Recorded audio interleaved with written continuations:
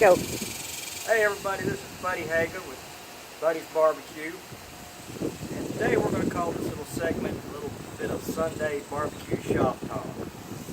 By that I mean, some of the fundamentals that we need to go over that maybe some guys that haven't got a whole lot of experience might be interested in learning. Some of the basic stuff that you really need to know starting up. First of all, you have to know what you're working with. You have to know your pit. That's a very important part of getting stuff right. And all this, has to do with experience, trial and error, screwing up some stuff. It's going to happen. The main thing you need to know is that all smokers don't smoke the same way. You're going to have hot and cold spots in the smoker or your pit or whatever you're working with, whether it's a Traeger or Smoky Mountain or even a homemade pit like this, with an offset firebox. Being in the steel business as long as I was, I realized that two same pieces of steel do not necessarily react the same way. So for instance, on this particular pit right here, up here on this end, on this side, it's cooler than on that side. That is my hot spot over there, which is very important to know. And when you're cooking, be sure to take notes all the time. There's nothing wrong with that. Where, like if you put a small piece of meat over there and you don't realize that that's your hot spot, you're going to screw it up.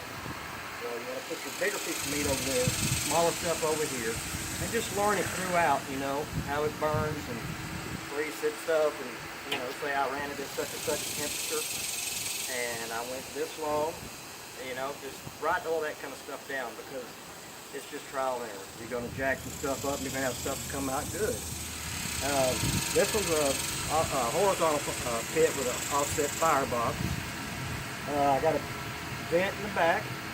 I also have a vent right here. And using those is very important.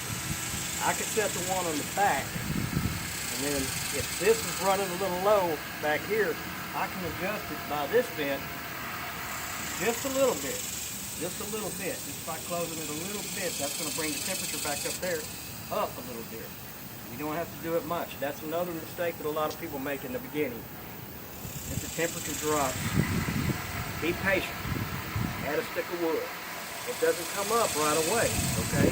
This is where people go wrong. They think, well, what's happening? I put wood on there and it's, it's not raising the temperature, so you start putting more wood. When you put more wood, you get frustrated. You have to be patient, because then all of a sudden you got another problem. Now you got the temperature way up, and you're having to shut all the vents and try to shut the heat down, or you're going to burn up all your meat. So be patient. Just add a little bit of wood. It takes a few minutes, and it'll eventually you'll learn how much to add. How to use your smoker. That's the main thing, or your grill, or whatever you're working with. Know the hot spots, how long it takes to cook certain things, and take a lot of notes. Another thing that's very important is the smoke. It may sound silly, but right here, you can see it in the camera. You see the color of this smoke, okay? It's kind of a light blue, thin light blue smoke. That's what you're looking for. Now, if you got a smoke coming out of your stack that's green or kind of grayish looking, you're doing one of a couple different things wrong. You got too much wood in there, and it's smoldering. And this is why this is very important. If you have that kind of smoke and you're smoking your meat like that, it's going to come out pretty nasty. Okay? Or you could have some wood that's not seasoned, and it's just kind of smoldering back there. You need something that's going to catch fire, and burn. And then you can adjust the temperature of it with your vent. I can set that right there, and I can operate it right here. See? But if it's too hot, I don't want to shut this all the way down. I want to just go a little bit and see what it does, and be patient, give it time. For instance, I went to a barbecue competition one time. I think Jeff White was running this one. First time I ever got a trophy in a barbecue competition, but I had learned this about the smoke by reading and asking questions. There's nothing wrong with asking questions.